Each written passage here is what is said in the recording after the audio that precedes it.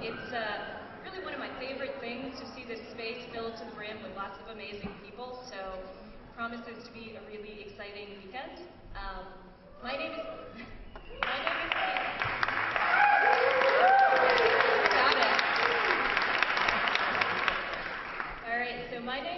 Steve. I'm one of the founding collective members of Red Emma's in 2640, and I'm a member of the local organizing committee for the City from Below conference. And one of the ways you know that is because I have this handy-dandy little organizer's badge here. So you're going to see some people running around this weekend with these badges. They're the folks that you can grab if you have a problem or a question, if you need to be pointed in the right direction, anything like that. Just feel free to grab them and ask them whatever you need. No guarantees on answers for every question that you have, but we'll try our best. I am also the logistics coordinator for the weekend. So that means that I get to take a few minutes here at the beginning to go over a couple of logistical details before we kick things off with tonight's event. Now, first and foremost, I have to tell you that I'm very pleased to be able to say that the City from Below conference is a completely community-supported and volunteer-run event. Every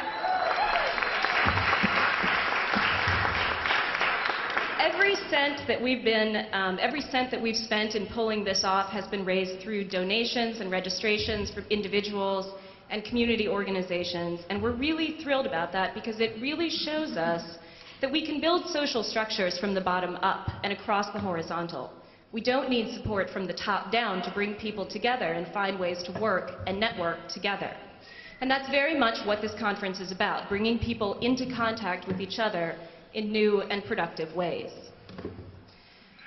Now, the space that we're in tonight, the 2640 Project, is indeed a product of people coming together in unexpected ways to share a common goal. St. John's Church, this building that we're in, has been a community institution for over half a century, a resource for organizers, for peace activists, and for the left-leaning community in general. And 2 years ago, the St. John's congregation reached out to the Red Emma's Collective, a group of folks running a radical coffee shop and bookstore in the city center, which I highly encourage all of you to check out while you're in town, by the way, and asked for help in revitalizing and sustaining the building. Now, it's hard, as a lot of you know, to keep a giant building like this up and running. And faced with the possibility of not making ends meet and seeing the building bulldozed or stripped and renovated into yet another university building, this congregation took a chance and welcomed a bunch of anarchists and other radicals into their space, in the hopes of keeping the building open to the public. 2 years later, 2640 is a thriving community space, entirely volunteer-led, and devoted to making this beautiful building available to the community at large as a resource for gatherings just like this one. Now, besides using the space throughout the weekend for the various workshops, 2640 will also play host to the Saturday night dinner. It'll be a chance for folks to relax and chat with each other about the day's events and continue discussions in a more informal setting. Now, the space for the dinner is extremely limited. One of the things about not having institutional funding is that you're limited to the amount of money you raise and the amount of volunteer labor you can generate. So there's 250 spaces for Saturday dinner. All of the presenters are already registered for the dinner. That's what those green tickets in your presenter envelopes are for. For everyone else, there's a sign-up sheet at the registration table in the back. It's first come, first serve, so if you know you're going to want to attend, please go ahead and sign yourself up after the event tonight. And keep in mind that while there's no set price for the dinner or for the conference itself, we're really relying on donations and registration fees to not go broke putting on this event, and to be able to donate some money towards the use of the space to fund future projects. So please, if you can pay a registration fee, do so. And presenters, if you can help, if you can make a donation for your food at dinner or at breakfast, please do. It's a huge help to us. Now, at the same time, we know folks have traveled a long way to be here with us tonight, and we know you've incurred a lot of expense in doing so. So if there are presenters who need extra assistance with food tickets over the course of the weekend, please don't hesitate to come and find me, and we'll see what we can do. Now, all the presenters should know there are envelopes for you at the front registration table, so if you came in and you didn't stop by there, make sure you do. There's an envelope with your name on it or with the name of your group, and that's got some important stuff that you'll need over the course of the weekend. After the dinner on Saturday night, you are all invited to come out and drink with us at the Zodiac. It's a club that's not too far away from here, and it's been reserved for the night. There'll be a cash bar, and it'll be a lot of fun, and another chance to hang out with all the amazing people who are here. If that's not your speed, then consider joining us for breakfast on Sunday morning at Participation Park, community farm in East Baltimore that's one of the sponsors of the event. You'll find directions for that and for all the other events up at the registration table if you need to know where to go. And please keep in mind that if it's raining on Sunday morning, we might move the breakfast inside to the court gallery. So we'll announce that on the website, we'll announce it at dinner on Saturday night, and we'll put it on the conference Twitter feed if you're into the Twitter kind of things. One other thing we want to point out to you is that there is an amazing program of events for kids at the City from Below conference. Kids City takes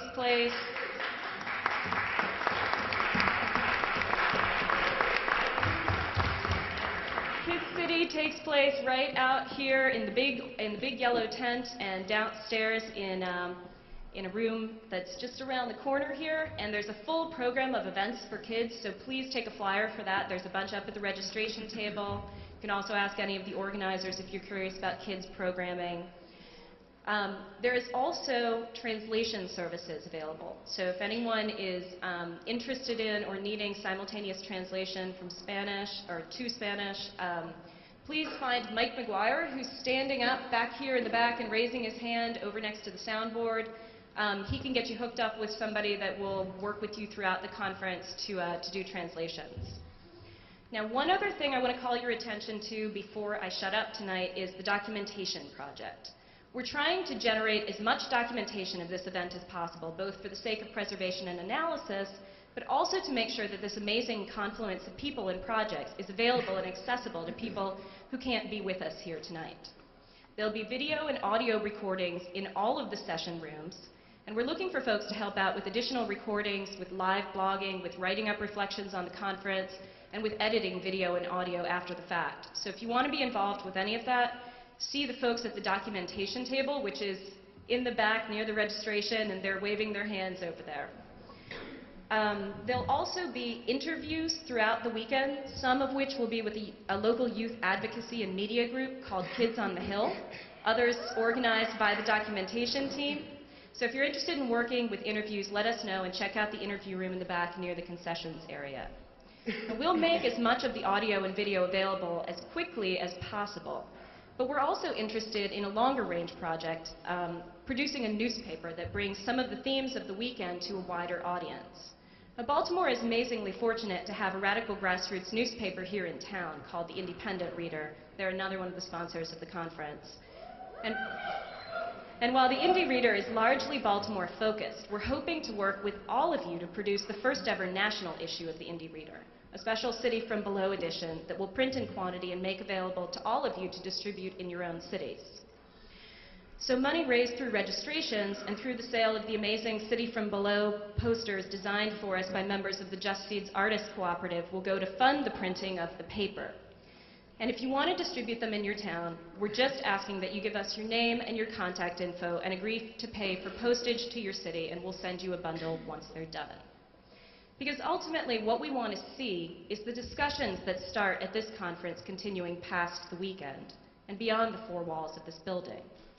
We're all here representing other people and other projects that aren't able to be here in person tonight. And we know that all of you will take back the ideas that you have, the connections that you make over the course of the weekend, and make changes in your own cities. So to start the evening off, I want to introduce someone who cannot be here with us in person tonight, but who's known to many of us as an activist, an orator, and above all, as a fighter.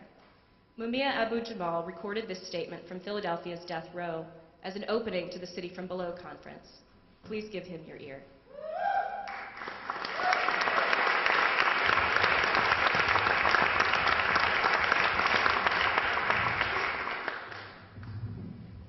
What is the city but the concretized collection of both wealth and poverty? It is formed by great aggregations of wealth, and predominantly peopled by those at the polar opposite of that dynamic. Baltimore, of course, is no different. In the structure of houses and the layout of its streets, it really resembles Philadelphia. All cities are similar, and all cities have their own idiosyncrasies, quirks of history and tradition that sets it apart from other cities. Now, I've never been to Baltimore, but I do know of it. How, you ask? Have you seen the series The Wire, and is that your source? Well, yes and no. I've seen the series, but my favorite source is none other than Frederick Douglass, who worked and lived in Baltimore. After escaping from bondage, he used the name Stanley during his stay there and met his first wife among the city's free black population. In his classic autobiography, Narrative of the Life of Frederick Douglass, an American Slave, Douglass recounts his struggles and battles when working as a ship carpenter at the docks. He had to single-handedly fight a white mob of ship workers who objected to the presence of black workers.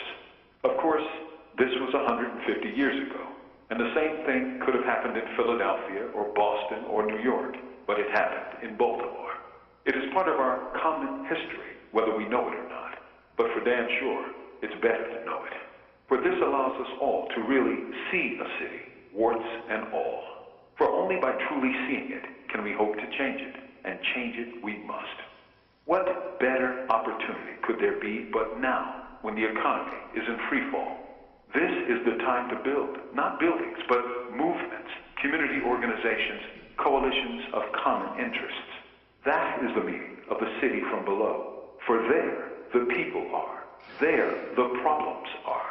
There, the foreclosures are. There, the layoffs are. There, homelessness is. There, repression is. There, poverty is. And there, we are. If we mean what we say, that almost all of our struggles have some element of unity, these aren't just problems, they're opportunities as well. I've said the economic problems are an opportunity. How so, you wonder? Well, one thing for sure is that the previous reigning paradigm that the market is a free and self-regulating entity is shattered. Similarly, the theory that the market knows best is yesterday's garbage. That means there's room for new ideas, ones that are more suited to human needs and not inhuman greed. The economy, because it is so broad in its impact, affects things we've previously seen as separate and unconnected. For instance, Maryland, gripped in economic straits, is seriously thinking about nixing its death penalty, and it's doing so more because of the budget than protests.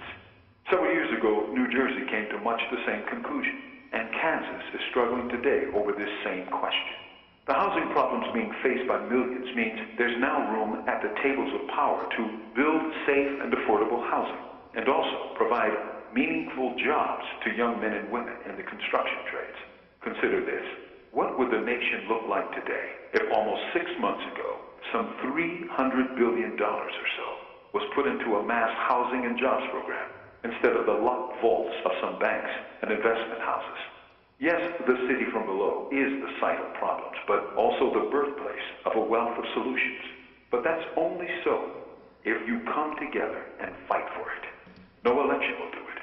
No politician will do it, especially from an imperialist, warmongering, capitalist political party. New times call for new ideas and new arrangements of social, political, and yes, economic struggle. That means talking together across boundaries of race, of class, of education, of ethnicity, and of gender. But it means more. It means listening. And it also means working.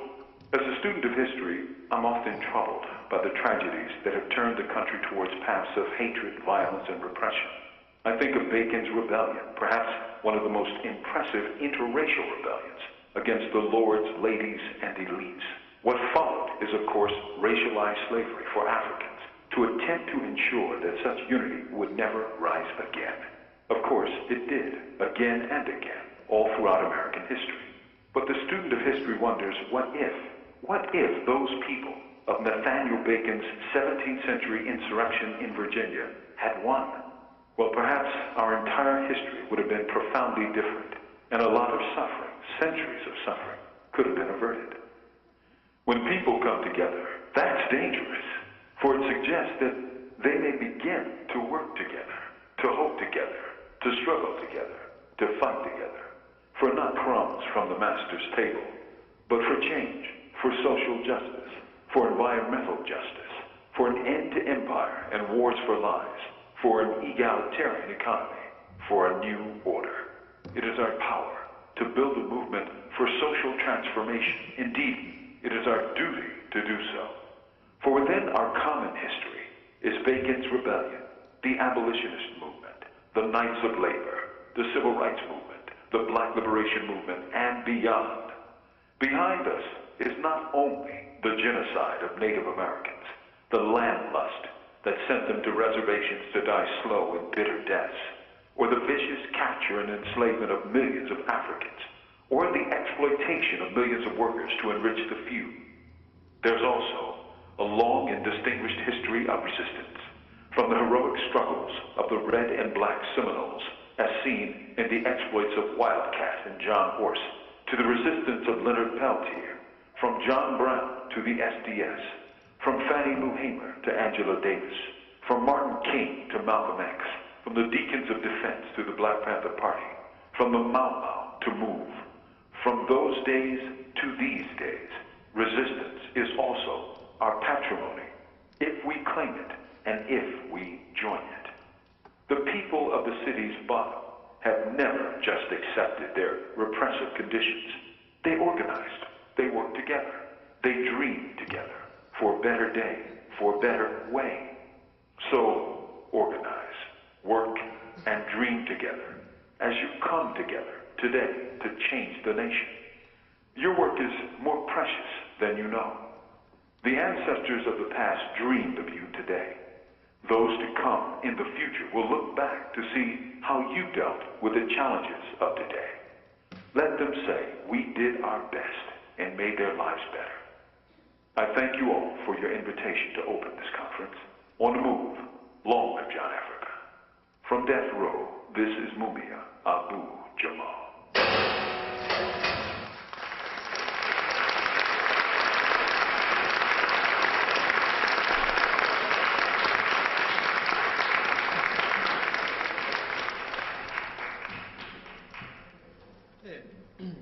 Hi, my name is Duda. I'm one of the organizers of the City from Below conference, and I am very excited tonight to welcome you all here. I see quite a few people here, more than I perhaps have ever seen.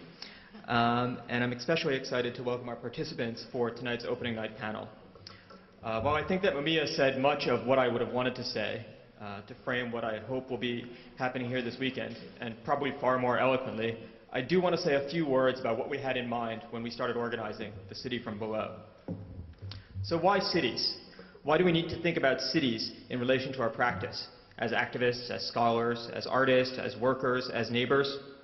For us, cities are interesting for the simple reason that so many of us live here. Our work fighting for social and economic justice has a lasting and concrete effect on our own communities. Politics at larger scales, while vitally important, tends to be a bit more abstract and a bit harder to maintain. Consider the economic crisis we're currently experiencing.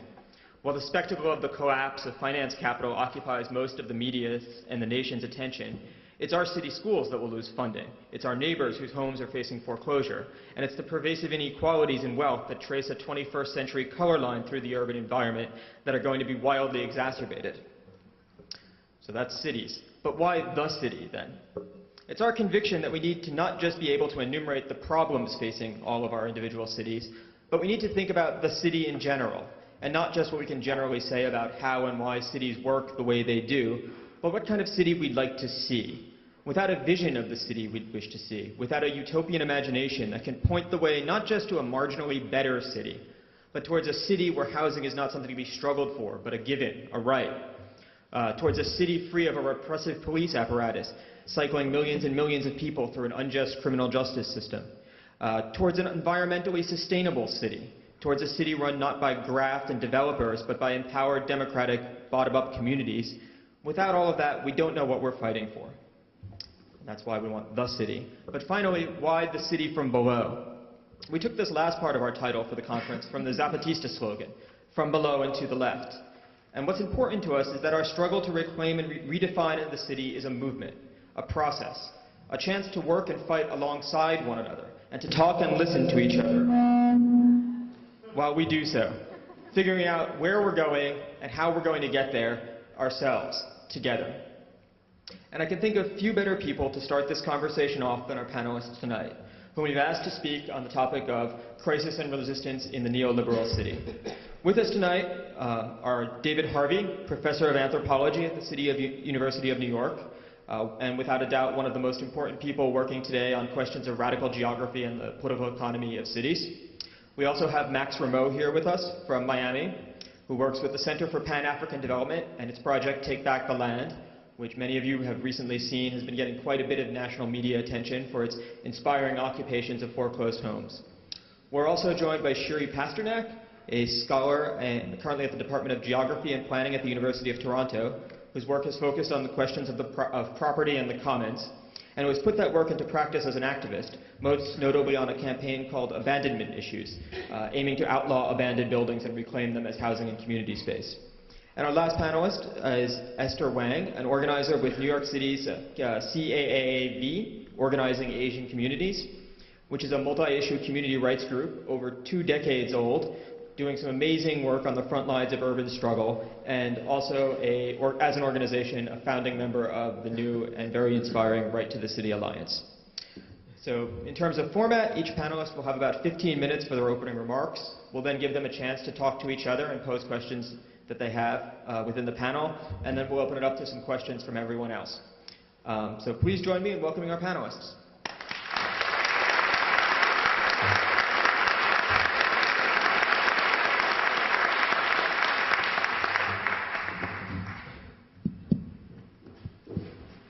I think it's, is this working? Yeah. It's my privilege to start, and it's a tremendous pleasure to be back in Baltimore and also in this space. It's a fantastic thing to have the possibility to have meetings of this kind, to be able to talk through some of the issues we need to talk through. I just want to begin by just echoing a couple of things that Mumia said. First off, this foreclosure crisis, financial crisis, has to be thought of as a crisis of the city, a crisis of urbanization. And if it's a crisis of the city and a crisis of urbanization, then the solution has to be a reconfiguration of the city and a redirection of what urbanization is about. In putting it that way, I want to, as it were, track back a little bit and suggest that the pattern of this crisis is not anything new. And one of the things that happens, I think, in the United States in general, and even on the left, is that we seem sometimes to suffer from amnesia as to what has happened in the past. I'd like to record first that what I think was the last big crisis period of capitalism, which is from around 1973 to 1982, that this was a period which was a deep crisis of urbanization. It began actually with the collapse of global property markets in the spring of 1973, the bankruptcy of several financial institutions, followed of course by the Arab-Israeli war and the oil price hike, which everybody remembers more than they remember the property market crash, then followed by a crisis of municipal finance and the disciplining of almost all cities, not only in the United States, but around the world, to a new regime of financial terror, if you want to call it that, which I would also dub neoliberal politics. What that regime is about is crucial, because it was part of the solution to the crisis of the 1970s, and that solution now actually underpins the nature of the crisis we are currently in. And I think this is a terribly important point to make, because make absolutely certain that you should think that how we come out of this crisis is almost certainly going to define the nature of the next crisis down the road, unless we decide to say, to hell with capitalist crises, to hell with capitalism. This seems to me to be something we should be really thinking about.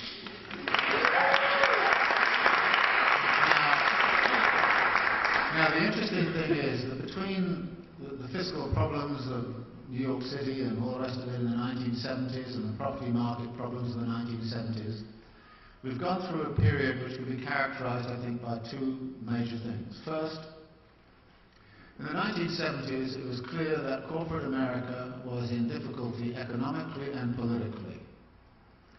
Economically, he decided to try to get out of it by confronting labour and disciplining labour big time. And it had a number of means to do that. And I don't need to go through all of them.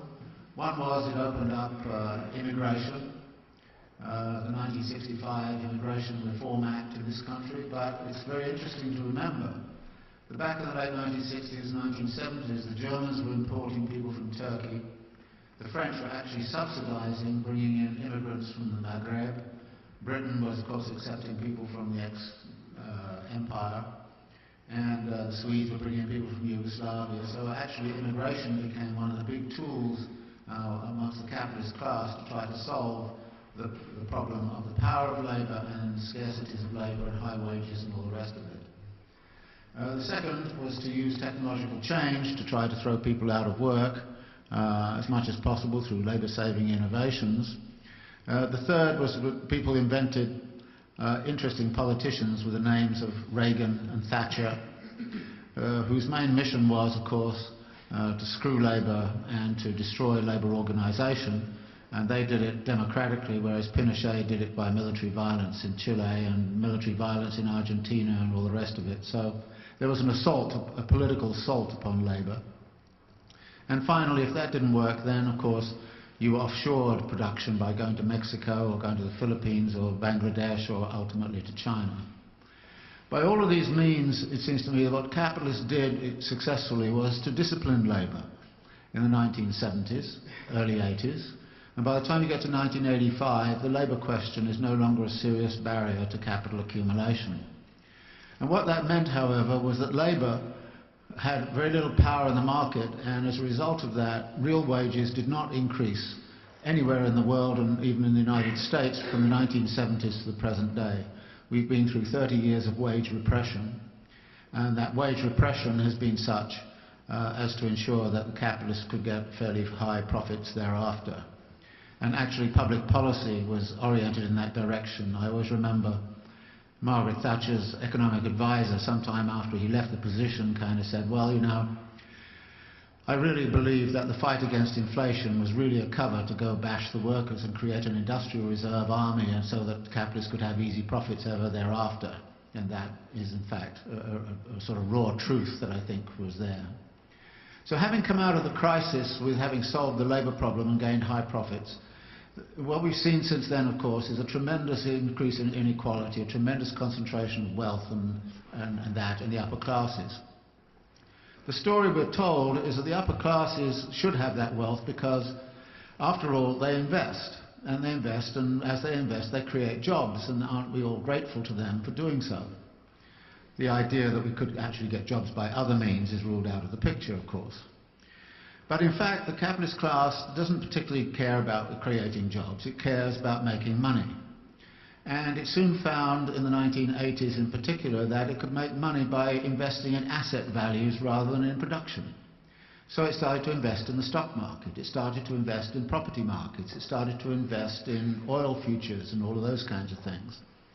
And to contain all of that, we got the development of these new markets in which you could actually make even more money by actually, instead of spending money on assets, you spent your money on derivatives of assets. And very soon you could spend your money on derivatives of insurances of derivatives of assets. So we get this kind of financial asset bubble, which is really a very crucial aspect, because it was basically saying, from the 1980s, 1990s, the capitalists didn't have any place to put their money that was really going to earn them a rate of return which was adequate to them, i.e. not high enough, and that they could get it this way. So as a result of that, we ended up with this asset bubble rather than a real expansion of production and real jobs. So that the rest of us, if you like, were reduced very frequently to service functions. And the result of this was that the class structure gets reconfigured. We go through deindustrialization in this country. We go through a reconfiguration of what, you know, the nature of job structures, and a lot of reconfiguration also of the kinds of people who can occupy those job structures. So this is where, if you like, we were at, and this was crucial, it seems to me, to fueling the bubble that grew in the 1990s in particular. Now, during this period, one of the questions of where to put your money was very much, again, in property markets. And I think it's important to remind ourselves right now that actually we've had many, many financial crises over these last 30 years, and many of those crises have been related to urbanization, and they've been about property. We had our savings and loan crisis, which very heavily impacted Maryland in 1987, 8, and 9. During that period, something like 600 or 800 banks financial institutions were declared bankrupt. There was a very serious kind of disruption which went on. This is mainly around commercial property. In 1992, the Swedish banking system went bankrupt over excessive property development. In 1989, rather, the Japanese economy crashed around land market prices. So in other words, what we've had are a whole series of asset bubbles, and we seem to forget what these asset bubbles are about. The stock exchange is also like that. In other words, these asset bubbles are like Ponzi schemes. People put money in the stock market rises, and they put more money in the stock market rises some more, and it just keeps on going like that. The same thing happens with property and with sort of oil futures and all the rest of it. So here you have, if you like, the dynamic of a situation. Now what this has done then is to lead us to a point where finally the asset bubble breaks. And it breaks big time this time, not like it did in 1987, which was sort of contained. It breaks in such a way that it becomes much bigger, and it becomes global immediately. It becomes global as the 1973 to 75 crisis was global.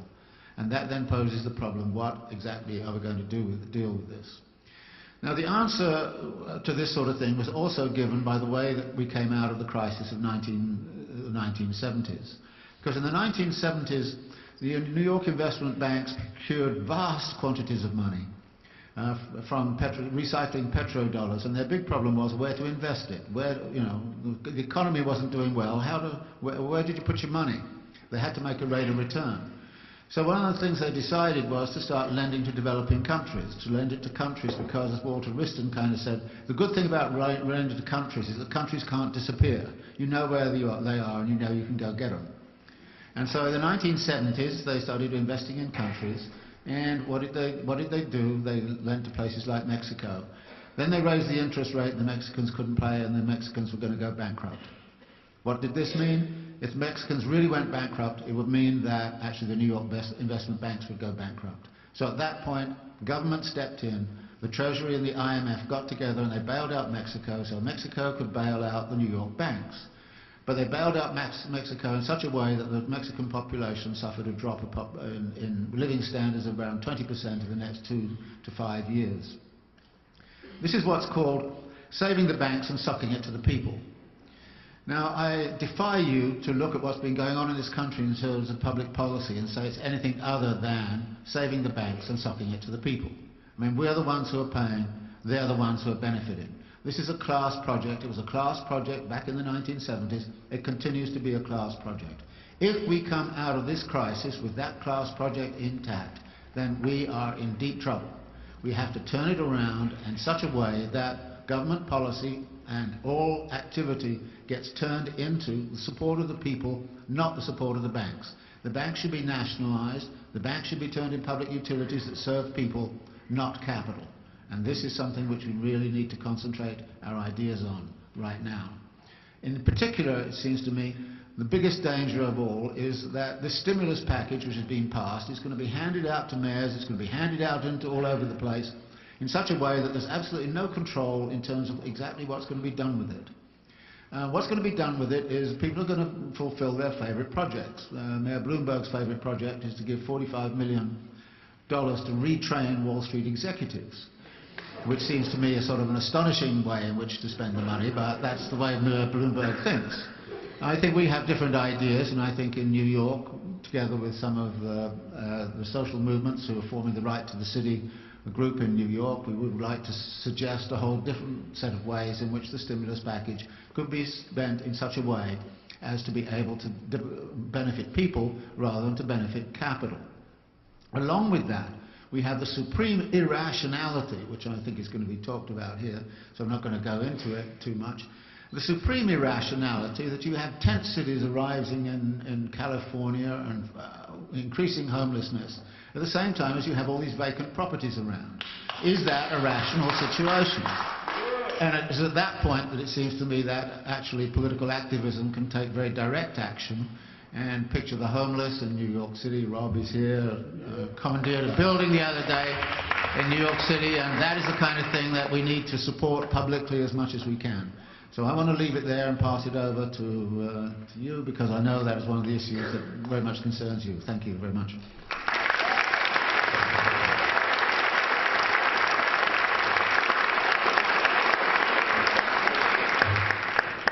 Good evening. Need a little bit of space. First of all, I want to thank the organizers of the City from Below Conference, as well as everyone for being here. So I think we've identified, most people here are here because we've identified that there is an ongoing and serious crisis, and that this crisis represents an opportunity. And while it's important to identify that, particularly for the social justice movement, it is insufficient to stop there and just identify that. We must, in addition to identifying the fact that there is a crisis, we have to identify the specific nature of the crisis first. And then we have to craft a series of strategies and tactics which are specifically engineered to address the crisis as compared to the way we would like the world to be at the end of the crisis. I think this goes directly to the social justice movement, goes directly to the theory of the ideas of how real social change is made, how social change happens, how significant social change takes place. Significant social change, even smaller social change, happens when there is a crisis, and then as a result of the crisis, there's a social clash. There is a banging of heads of two or more ideas, and then as a result of that social clash, a new reality emerges. Something new is created from that social clash. And the part of the job of the social justice movement, of course, is to determine what that new reality, or play a significant role in determining what that new reality is. And of course, the job of the system is to resist this new reality from taking place, or to shape the new reality in a way that benefits them rather than benefits human beings. I think the reason why this is so important now is because up until this point, we have had, I think, 3 major social clashes in the United States, and we're about to head into the 4th. The first major social clash was centered around the Civil War, where you had 2 economic systems battling against one another, slavery and emerging industrial capitalism. And the result of the Civil War was the era of Reconstruction, and really labor and the economic system itself has never been the same in the United States since. The second major social clash centered around the crisis of the Great Depression.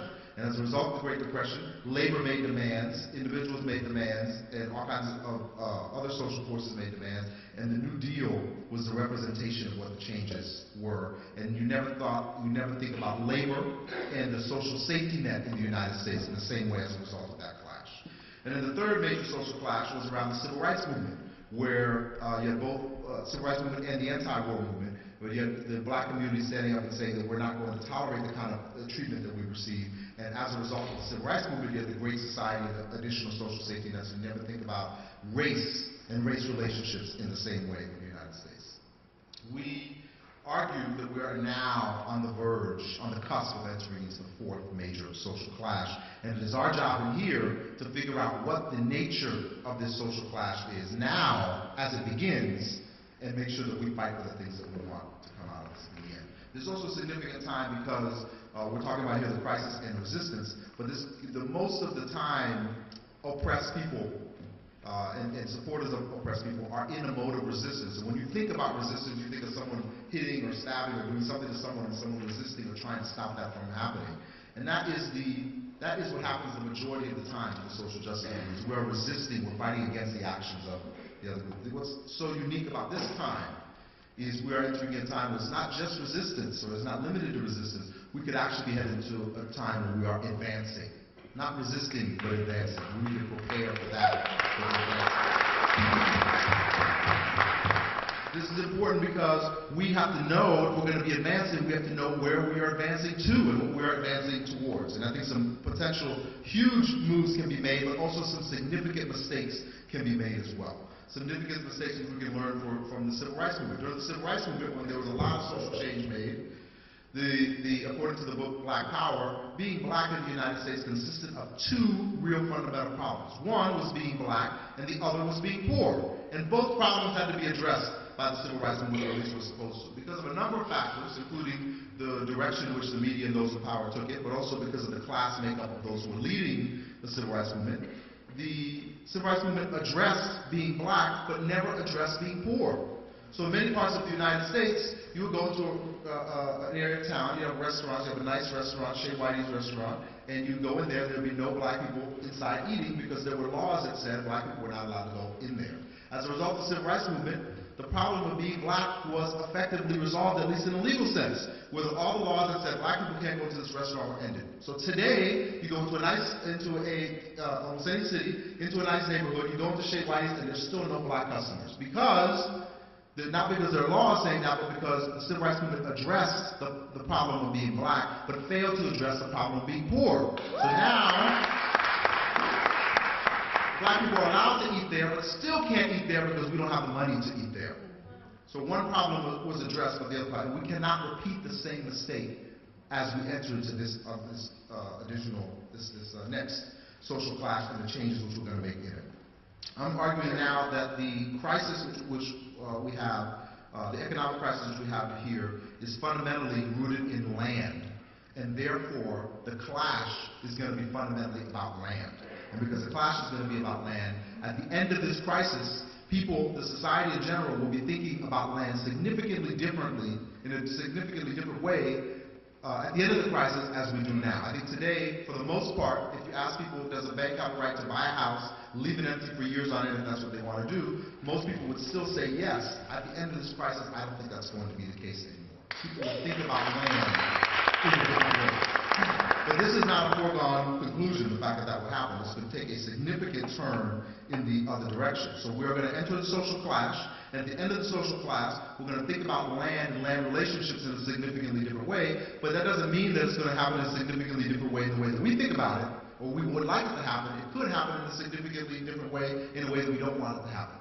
And at the end of this, we're either going to think about land in a way that gives more rights to human beings, or we're going to think about land in a way that gives even more rights to corporations. And we are going to help determine in which direction this goes. But of course, so is the system, and that's why we have to figure out where we're going and how we are going to get there.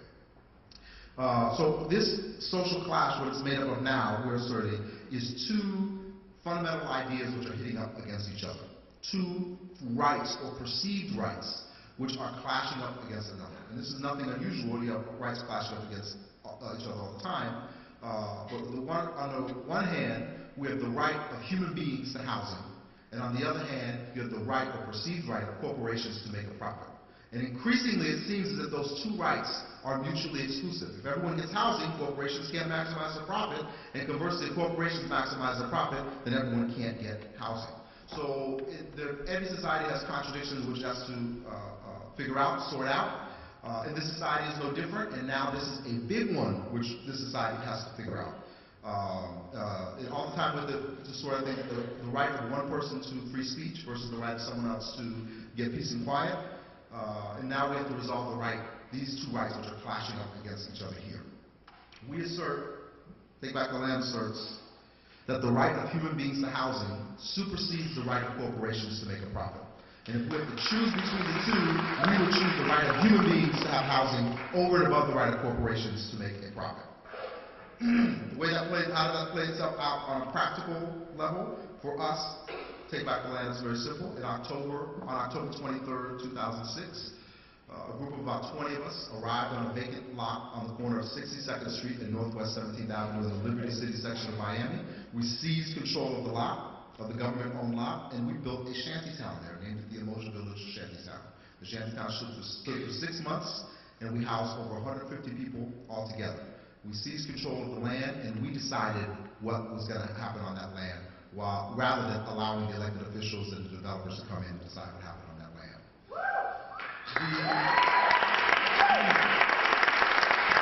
The Emotion Village burned a suspicious fire 6 months later, and we thought that the ideas which were behind the Emotion Village remained just as valid after the fire as they were before the fire. Consequently, Starting in October of 2007, Take Back the Land began identifying vacant government-owned and foreclosed homes.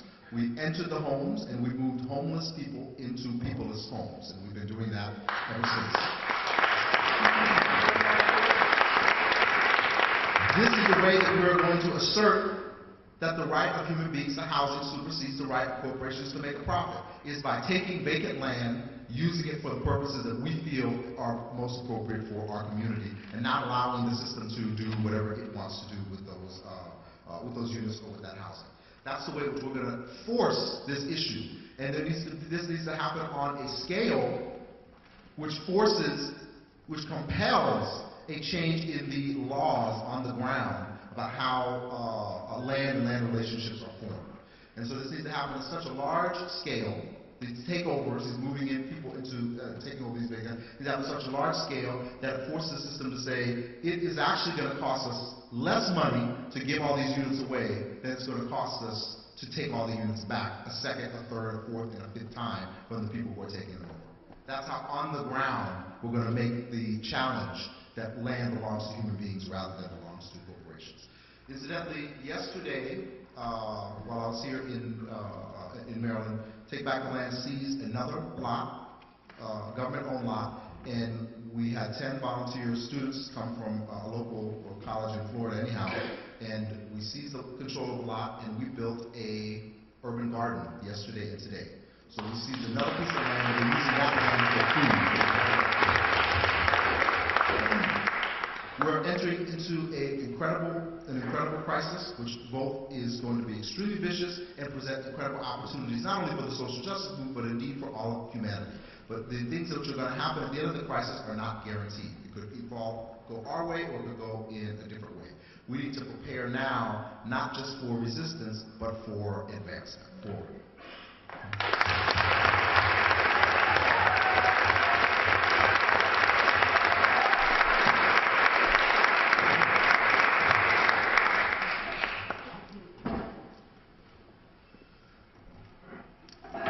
My name's Shiri. I'm from Toronto. I just want to start by thanking the organizers both for inviting me to speak on this panel, but also for creating this space for us to think about the city from below and to learn from each other and what we're doing in cities.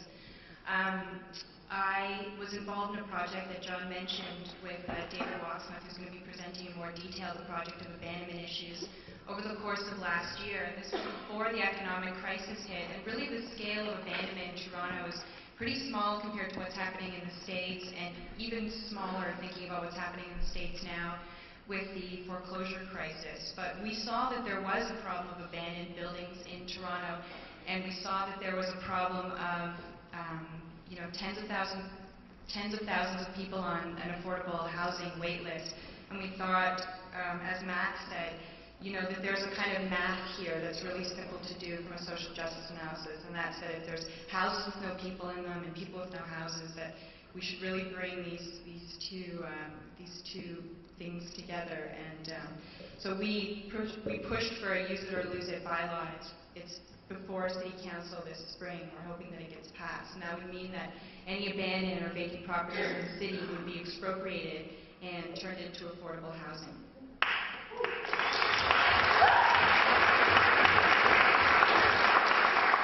But one of the big challenges of this project is that it really forced us to think about property. As Professor Harvey and Max have talked about, there's this kind of underlying question of the inequalities of how property is distributed. And so we thought this was a project that kind of helped re-socialize the way we think about law and help think differently about who gets to have shelter and who gets to have property and how property is distributed. And in Canada, that question is extremely salient right now. And what I want to talk about is what I think is one of the most powerful social movements happening in Canada today, and that's an Indigenous movement of resistance against colonialism, neoliberalism, but a take back the land movement that is a challenge, I think, for urban activists to think about how living in cities disconnects us from the resources that we depend on, and also disconnects us from the histories of colonialism and the histories of expropriation that we're imbricated within and that we benefit from on a daily basis. So I want to talk a little bit about that. And my position coming to this is, as a Canadian citizen in a colonial settler state, is to really think about my responsibilities as a citizen of Canada and the fact that my government signed these treaties with Indigenous people in Canada, and there's so much unsurrendered territory that's still in the process of land claims negotiation. So it's actually an extremely prevalent issue, and right now what's happening in Canada is there's been a resurgence in Indigenous leadership, and particularly in youth leadership across the country. So what I wanted to talk about a little bit was about the impacts of neoliberalism on Indigenous communities, just to kind of fit in with the theme of the panel about neoliberalism, although this, as I mentioned, is an extension of longer histories of expropriation of land, but things have really intensified, and the political economy of Aboriginal dispossession has really changed as well. And then to talk about some of the urban activism that's happening in the city, and particularly culminating in a boycott of the 2010 Olympics that are happening in Vancouver, that, I encourage you to find out more about, and then I'll talk about a little bit as well. So.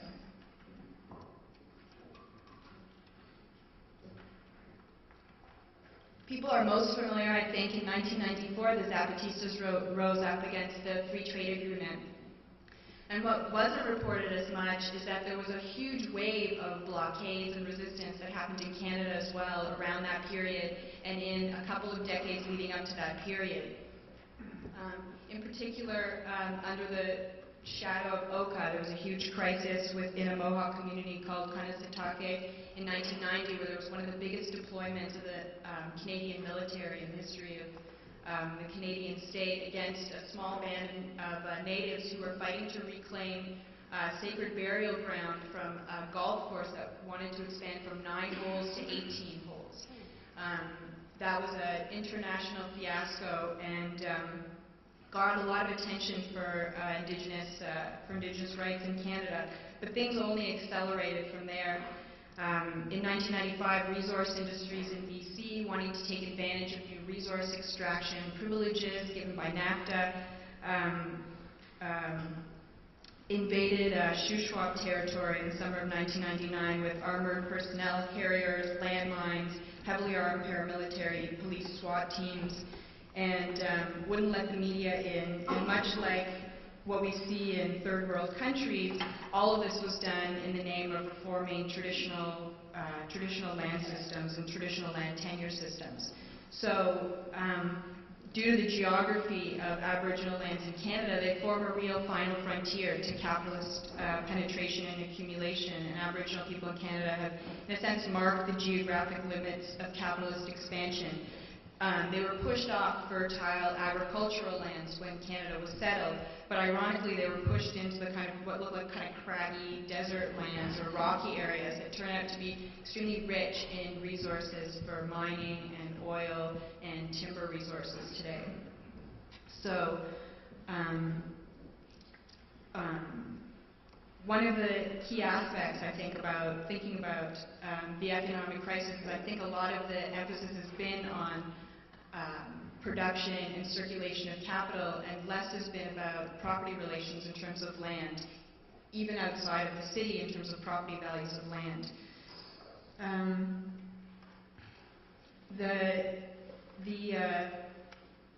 The kind of neoliberal regime that's been introduced in Canada has really promoted fiscal partnerships with Aboriginal people and private-public partnerships, and promoting a kind of Aboriginal self-sufficiency or self-government programs that download the responsibility of Indigenous people from the federal government, who they have a special political and legal relationship because of the historical treaties in Canada, down to the provinces, much like a lot of the other kind of neoliberal downloading programs that we hear about.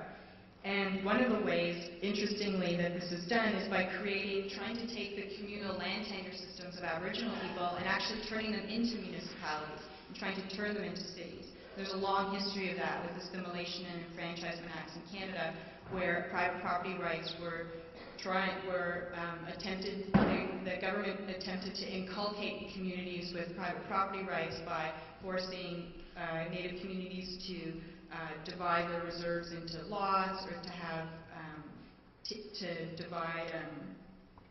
to have sort of ticket systems where the communal system was divided into smaller and smaller lots, to encourage settlement of cities and towns around them, and so the reserves would be absorbed and become municipalities. But communities have been fighting this for 500 years, and they continue to today.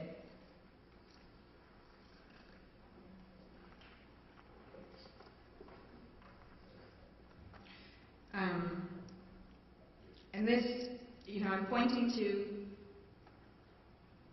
this kind of history of dispossession in Canada, but I think, one of the examples of how this dispossession is happening around the world that's already been mentioned is structural adjustment programs and these kinds of neoliberal programs that really attack communal land systems in order to introduce modernized agriculture systems and kind of industrial farming. One example of how that's happening today with the economic crisis is there's actually a global land grab happening right now, where food insecure governments such as China, Saudi Arabia, India, Japan, Malaysia, which rely on imports to feed their populations, are actually buying up farmlands around the world of communal indigenous farm properties, and so that their corporations can grow food there to export home, and in return they're offering oil contracts and soft loans and infrastructure projects and development lands, development funds. And there's also a lot of private investment in this as well, like hedge funds like Goldman Sachs and Morgan Stanley and so on. So what's happening in the city? Well, there's actually a lot happening in the city. There's a lot of small solidarity groups that have emerged in the city that are working specifically with different First Nations around the country, or actually surrounding the municipalities where we live. I work with a community called the Algonquins of Barrier Lake that have a community 3 hours south of Ottawa, and have been fighting for 20 years to get a resource co-management agreement that the government signed with them implemented. There are other groups who work with reserves around the area that are fighting suburban and peri-urban development, such as the Six Nations Mohawk Reserve or the Tyendinaga Reserve that's fighting quarry, natural resource extraction development, or Grassy Narrows that's fighting for timber development, against timber development. And what's happening is in the city there's a growing awareness and there's a growing anti-colonial analysis that's starting to fuse the analysis of property rights in the city, where we're trying to bring together the analysis of, who gets to have housing and who gets to actually keep their land, and challenge those values of property today, which are about transferability, which are about getting a piece of property and then having the right to flip it right away and make a profit. Trying to rethink that and rethink about what community control of property would look like. So there's a strong anti-colonial movement that's building, but it's really taking leadership from an indigenous leadership that's developing as well, or that's a next generation of indigenous leadership, I should say. In November of this year in Winnipeg, 40 First Nations gathered in Winnipeg for a conference called Defenders of the Land, where people talked about and shared experiences about all of the different resource extraction happening on their territories and what they were doing about it. And a national network is beginning to form where people are developing strategies for taking national action against these things. And urban groups, urban activists are starting to develop local groups in order to also develop an anti-colonial analysis and link into these larger national networks. Part of this kind of networking that's happened has been between migrant justice work and Indigenous solidarity work. For example, sanctuary for people facing deportation has been offered on Native reserves. People in the downtown east side in Vancouver, there's a large Aboriginal population there, and they're attending events organized by No One Is Illegal, and people from No One Is Illegal are attending blockades in surrounding Native communities. And then most of all right now what's happening in Vancouver, which I wanted to highlight, which I've already mentioned, is that there's a boycott of the 2010 Olympics that's being called for. And that is being called for by the Native youth movement, who are really highlighting all of the expansion that's come in through neoliberal policies, but now also there's a kind of shock doctrine, operationalization of using the Olympics in order to push forward a lot of these resource extraction plans that the government wanted to push through. So there's expansion in transport, infrastructure, highways, ports, railways, bridges, all meant to assist in greater resource exploitation, ski resorts, mining, logging, natural gas, oil, and this is all happening on unsurrendered BC territory. Most of the First Nations in British Columbia have never signed treaties with the government, and about 110% of that province, because of overlapping land claims, is still considered unsurrendered. And so there's a national movement right now all across the cities to organize against the 2010 Olympics and to boycott it and to disrupt the torch rally that'll be happening soon. Can you start to shut down the ways that people can share resources and share land and live communally? You also shut down a whole culture of sharing and cooperation and coalition building. And so I'm really looking forward to the weekend and to hearing about the work that people are doing to try to build those commons back together. So,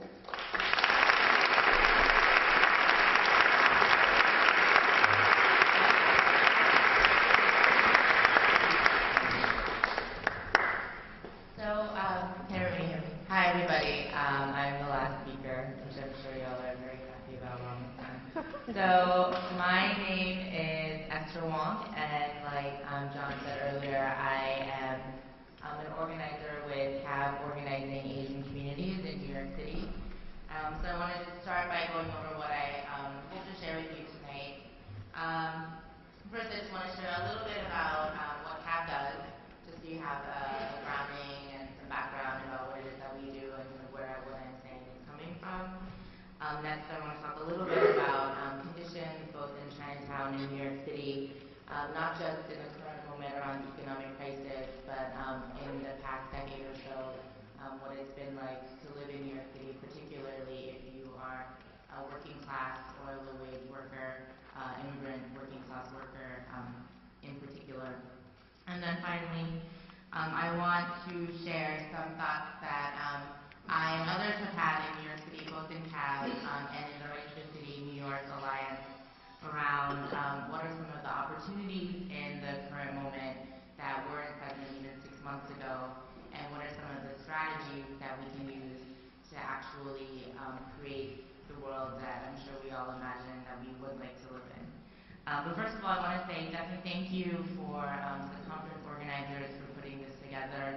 I was really excited to be here, not just to participate on this panel, but to really attend a lot of the workshops and to see what other people are doing in Baltimore and around the country, and to really learn from people. A lot of the workshops are actually about topics that I really wanted to learn about. So I think we all know, like everybody has said, that we're in a moment of deep economic crisis, and I know a lot of the focus in the media, at least, has been on how the economic crisis is impacting the financial sector and the financial sector workers, and like Professor Harvey was saying, Mayor Bloomberg in New York City has this multi-million-dollar plan to retrain the now unemployed financial sector workers to be entrepreneurs, but where is the program for other workers, particularly low-wage workers and working class workers who don't have any of the social safety net that other folks do, and who are really feeling the brunt of this economic crisis? As we all know, low-wage workers are often the first to go, whether they're nannies, service workers, construction workers, restaurant employees. They're the first to be cut loose when there is any sort of economic crisis. So where is the social safety net for them? I also am really excited to be here and to talk with everybody about different strategies.